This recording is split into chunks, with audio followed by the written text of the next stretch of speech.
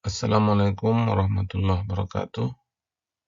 Hari ini kita akan membahas tentang strategi pemasaran dalam berbagai posisi persaingan. Ya, jadi perlu kita ketahui, ilmu manajemen pemasaran ini muncul sebenarnya karena adanya persaingan. Ya, ada beberapa perusahaan yang bersaing untuk memperebutkan pangsa pasar yang sama. Jadi, setiap perusahaan tersebut perlu memiliki strategi-strategi tertentu supaya perusahaan mereka menjadi perusahaan yang paling diminati, menjadi perusahaan yang paling disukai produknya oleh konsumen. Nah, disitulah muncul berbagai upaya-upaya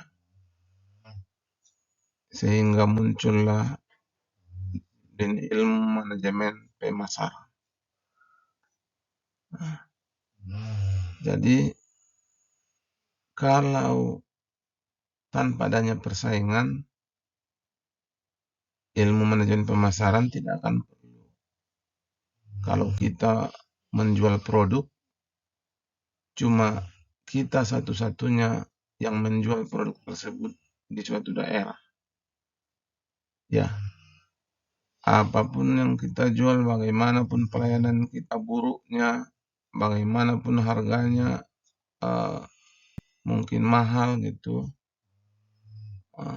Tapi karena tidak ada saingan kita, ya orang akan membeli apapun keadaannya. Jadi nggak perlu manajemen pemasaran di situ. Tapi kenyataannya kan nggak seperti itu. Kenyataannya yang Anda lihat bagaimana. Banyak yang jual, banyak bank yang tersedia, banyak pilihan kampus. Ya, masyarakat punya banyak pilihan. Tergantung mereka mana yang mereka sukai, mana yang mereka pelayanannya paling bagus, apa yang sesuai dengan mereka, yang paling sesuai dengan selera mereka, itu yang akan mereka pilih.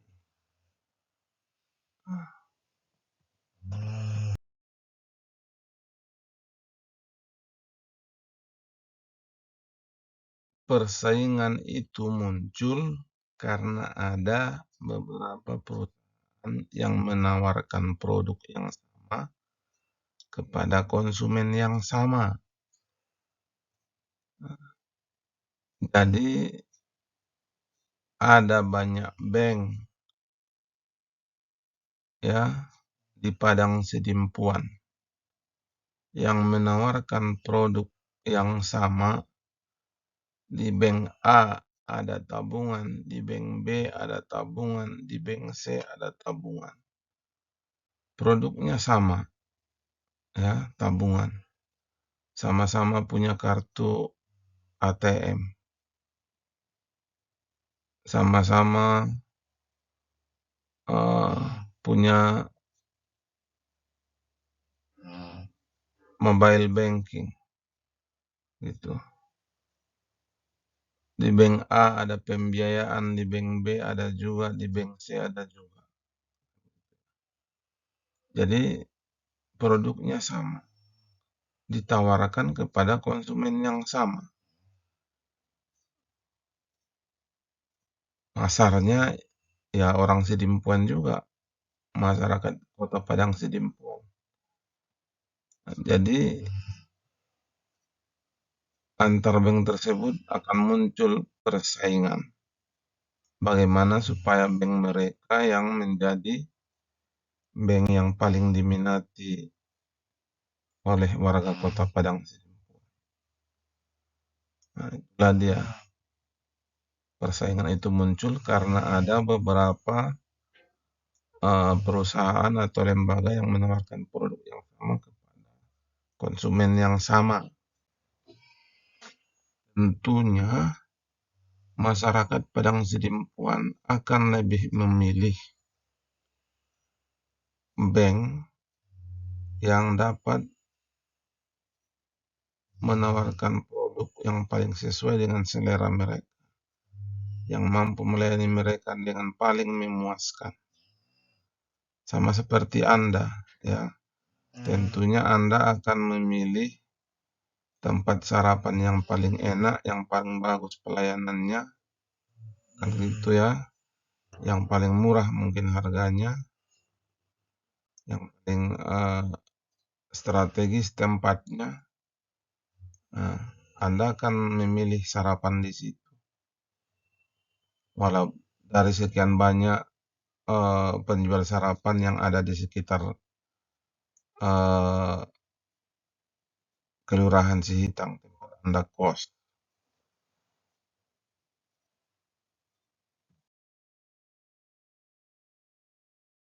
Kalau kita berbicara persaingan, ya, kita dapat mengelompokkan perusahaan berdasarkan posisinya dalam persaingan kepada 4 golongan, 4 kelompok.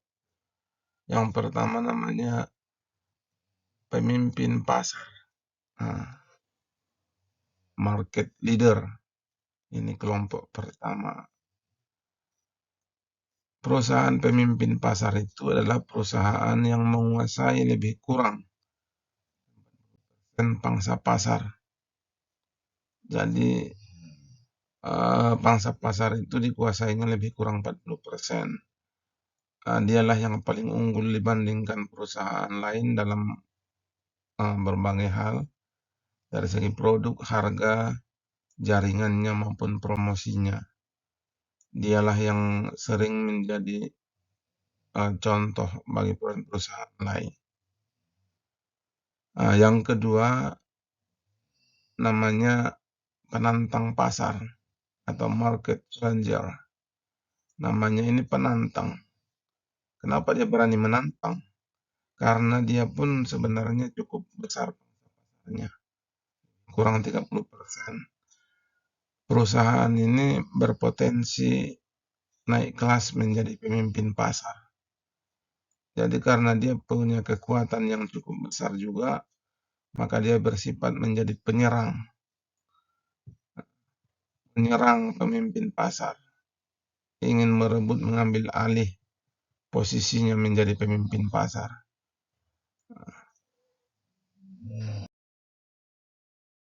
Yang ketiga namanya pengikut pasar atau market follower.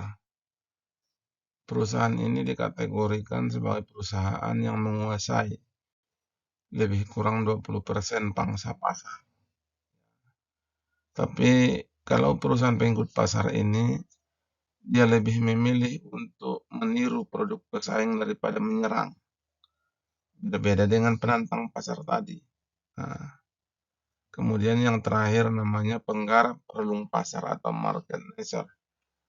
Jadi kalau kelompok yang terakhir ini, dia pangsa pasarnya relatif kecil, tetapi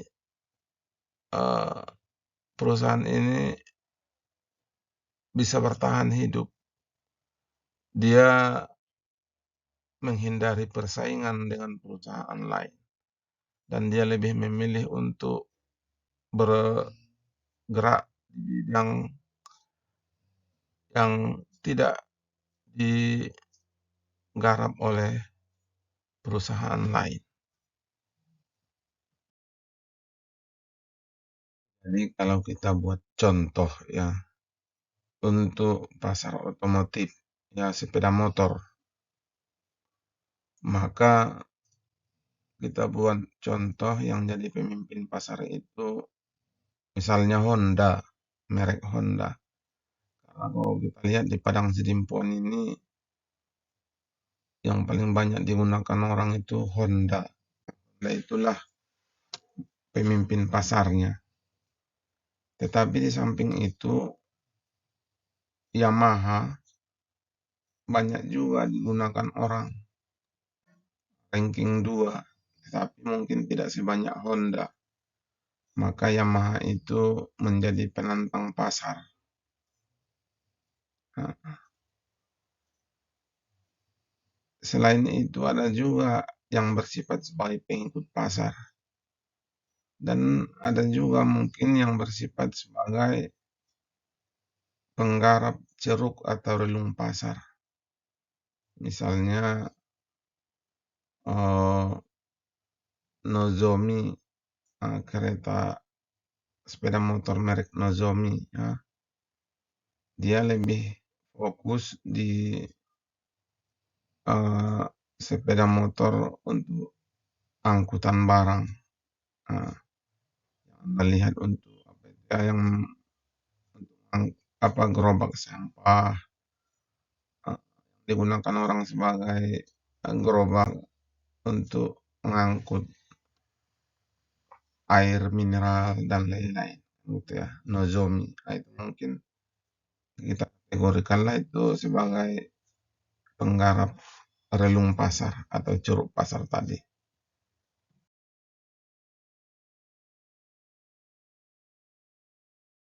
Oke, kita akan membahas yang pertama, strategi pemimpin pasar, ya. Pemimpin pasar akan berusaha tetap menjadi pemimpin selamanya kalau bisa. Begitu kan? Pemimpin pasar itu. Dia tetap berkeinginan untuk menjadi yang nomor satu.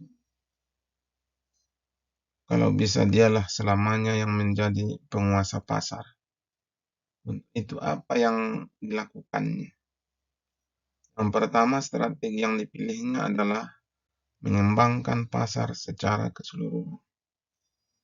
Supaya tetap dia yang jadi pemimpinnya. Dia perluas terus pasarnya. Yang pertama, nanti mencari pemakai baru. Lihatlah bank-bank pemimpin pasar itu. Kalau kita bicara bank, mungkin pemimpin pasarnya ya termasuklah Bank Rakyat Indonesia, BRI. Dia mencoba mencari pemakai baru. Nah, didatanginya kampus-kampus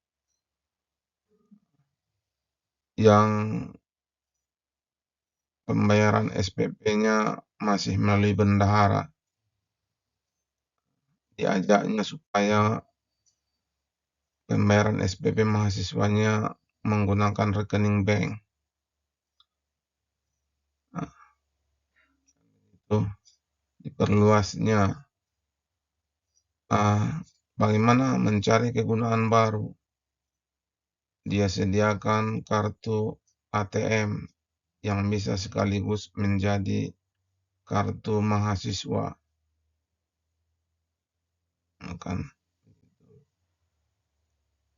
Kemudian dia sediakan mungkin pembiayaan bagi mahasiswa untuk talangan SPP. Nah, bisa aja seperti itu.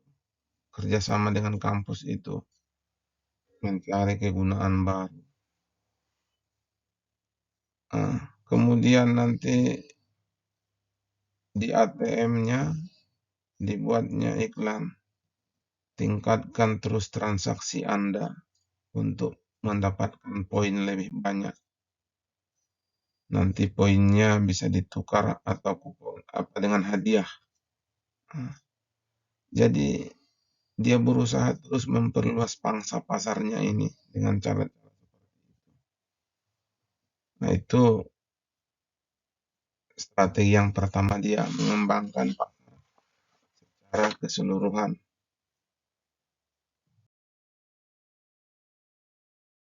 Selain mengembangkan pasar secara keseluruhan, dia juga berusaha melindungi pangsa pasar yang sudah dikuasainya saat ini. Melindunginya dengan dengan strategi pertahanan. Nah, jadi ada beberapa macam strategi pertahanan itu seperti yang Anda baca ya di materi kita ini. Ada pertahanan posisi, pertahanan samping, pertahanan mendahului, pertahanan serangan balik, pertahanan bergerak, dan pertahanan pensiutan. Jadi pertahanan posisi itu maksudnya dia berusaha untuk mempertahankan posisinya sebagai pemimpin pasar saat ini. Ya, dengan cara bagaimana? Dia mengembangkan produk, memperkuat posisinya di pasar itu. Seperti Bank Rakyat Indonesia, dia itu kuat di bidang UMKM, melayani usaha mikro, kecil, dan menengah. Itu semakin diperkuat, semakin diperbagusnya teknologinya di situ, semakin diperluasnya jaringannya sampai ke pelosok-pelosok dengan membuat jaringan briling. Itu pertahanan posisi. Kemudian pertahanan samping. Nah, pertahanan samping ini maksudnya selain tadi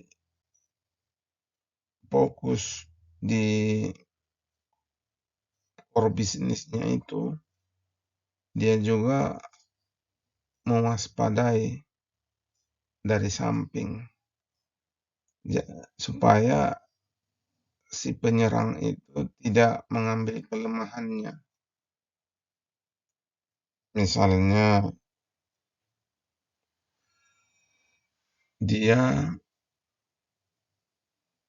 punya anak perusahaan yang bergerak di bidang asuransi untuk menangani asuransi pembiayaan. Jadi BRI punya juga Beringin Life Insurance. Nah, perusahaannya yang menangani bidang asuransi. Kemudian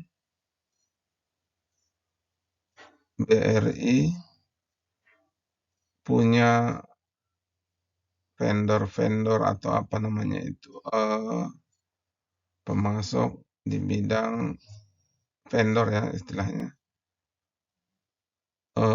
pengelolaan ATM.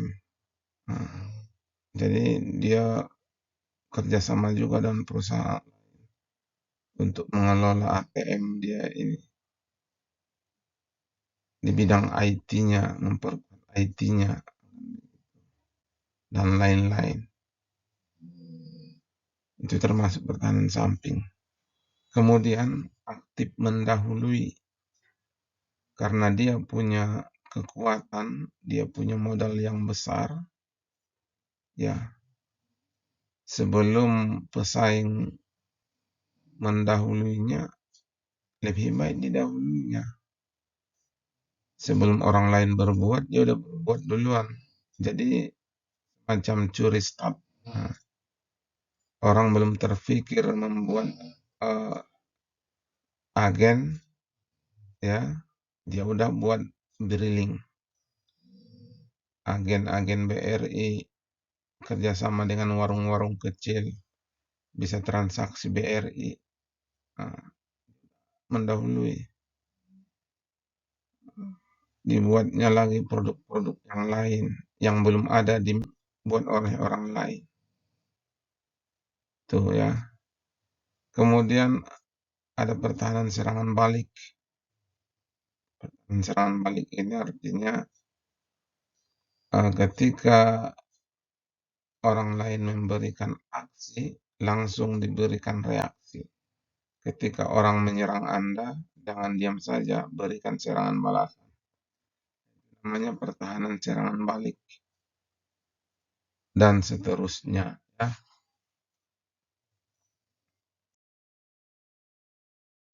Sekarang kita akan membahas penantang pasar. Ya. Namanya penantang ya, kerjaannya itu menyerang. Dia berambisi menjadi pemimpin pasar, dicarinya lah nanti kelemahan-kelemahan si pemimpin pasar itu untuk diserangnya, kan begitu. Jadi penantang pasar ini perlu memperhatikan dua hal. Yang pertama, menentukan lawan dan sasaran strategi. Maksudnya bagaimana?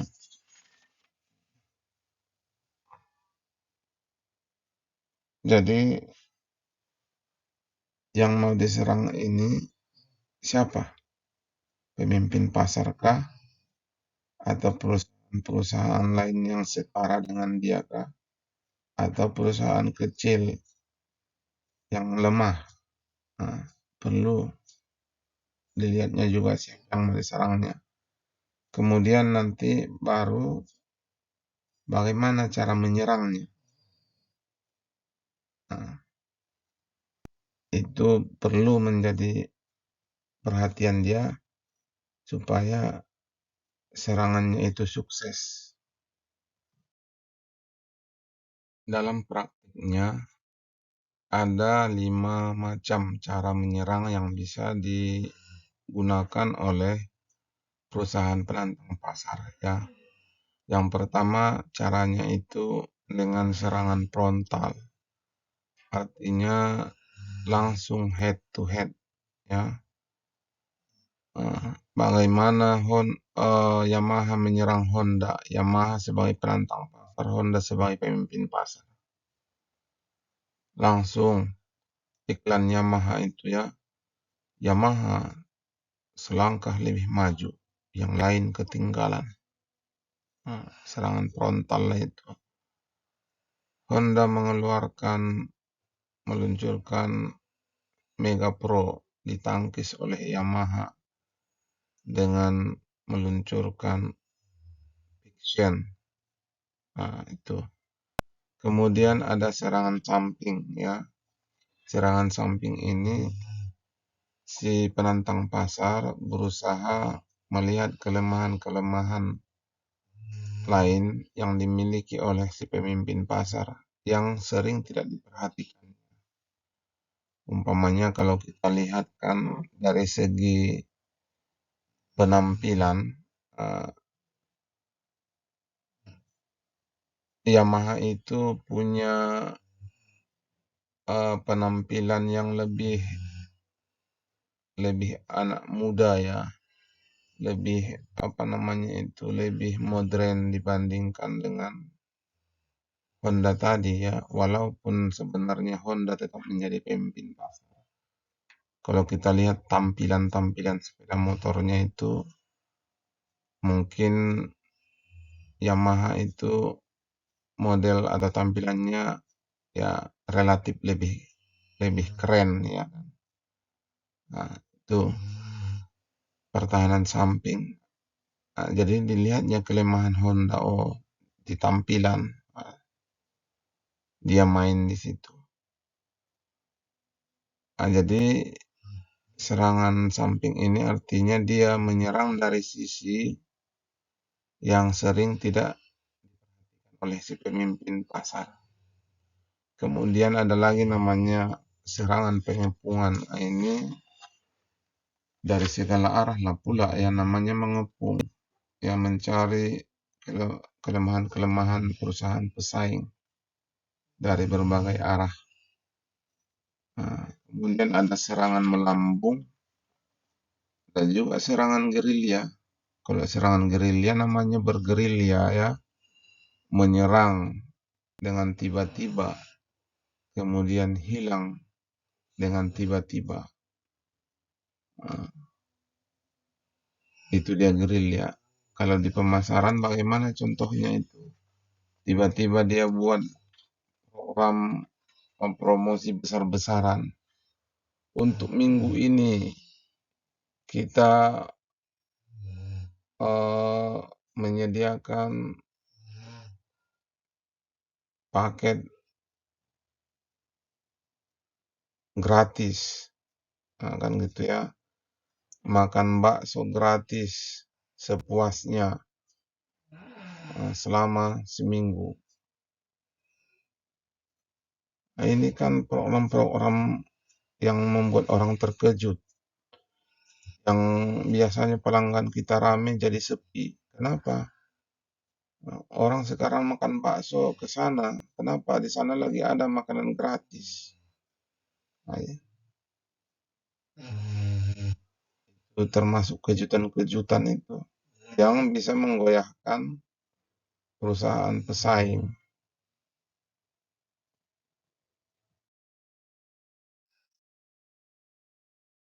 Kemudian tipe yang ketiga namanya market follower atau pengikut pasar.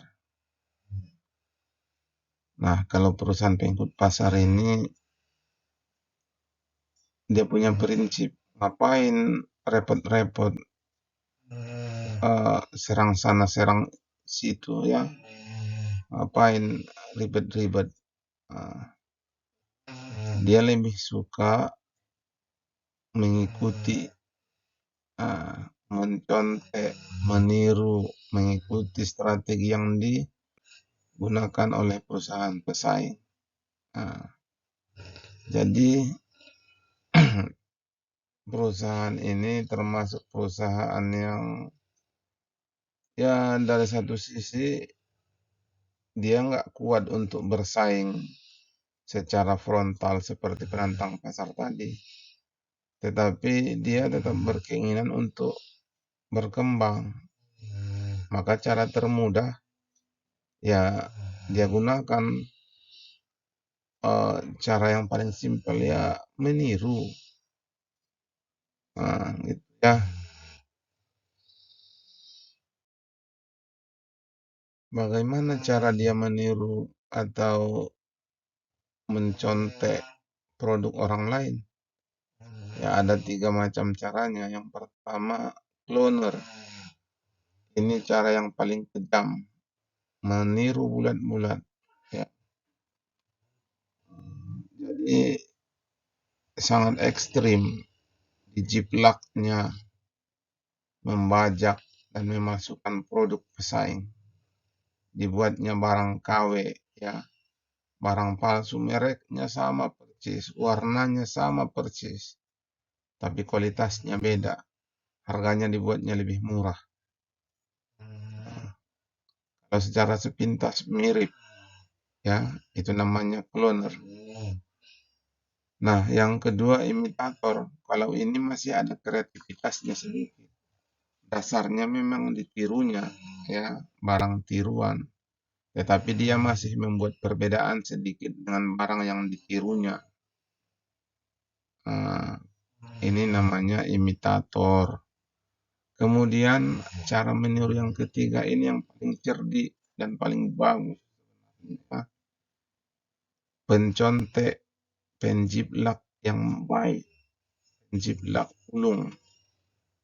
Dia mencontek atau menjiplak produk pesaing, tetapi ditambahinya dengan kreativitas, diperbaikinya, sehingga terkadang barang jiplakan ini bisa lebih bagus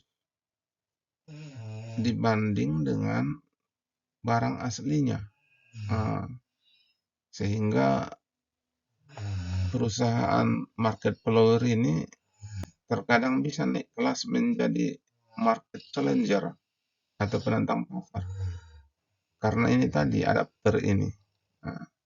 Dia menjiplak tetapi dengan memberikan perbaikan terhadap barang yang dijiplaknya itu sehingga bisa lebih bagus. Ya, ya yang terakhir namanya penggarap relung pasar atau ceruk pasar. Nah, ini sebenarnya perusahaan yang paling miskin kalau kita lihat dari segi sumber daya. Tetapi walaupun miskin begitu, jangan Anda kira dia ini tidak punya cita-cita untuk hidup, berkembang. Jadi di tengah keterbatasan sumber daya yang dimilikinya, perusahaan ini mempunyai strategi yang cukup unik. Dia ingin tetap menjadi perusahaan yang maju dan berkembang, tapi karena dia punya keterbatasan, dia takut untuk bentrok dengan perusahaan lain gitu kira-kira. Saya ini siapalah, saya tidak punya apa-apa. Ngapain saya nggak mampu menyerang orang lain. Jadi lebih baik saya menghindar. Maka perusahaan ini mencari bisnis-bisnis yang tidak dilirik oleh perusahaan pesaing. Dia cari bisnis-bisnis yang persaingannya hampir tidak ada, yang unik-unik. Kalau orang lain sibuk berbisnis sepeda motor, jual beli sepeda motor, bengkel sepeda motor, ya saya main di bisnis helm aja lah, bengkel helm. Itu dia. Kalau orang sibuk di bisnis laundry pakaian, laundry ambal dan segala macam, tapi saya lihat laundry sepatu belum ada ya, nggak ada pesaingnya. Saya buka laundry sepatu lah. Karena sepatu banyak juga perlu dicuci. Kan begitu. Tapi belum ada yang buka khusus sepatu. Buka. Itu. Jadi market ini penggarap jeruk pasar ini dia akan mencari bisnis yang unik, yang tidak dilirik oleh orang lain, yang mana tingkat persaingannya relatif kecil atau tidak ada pesaingnya. Oke.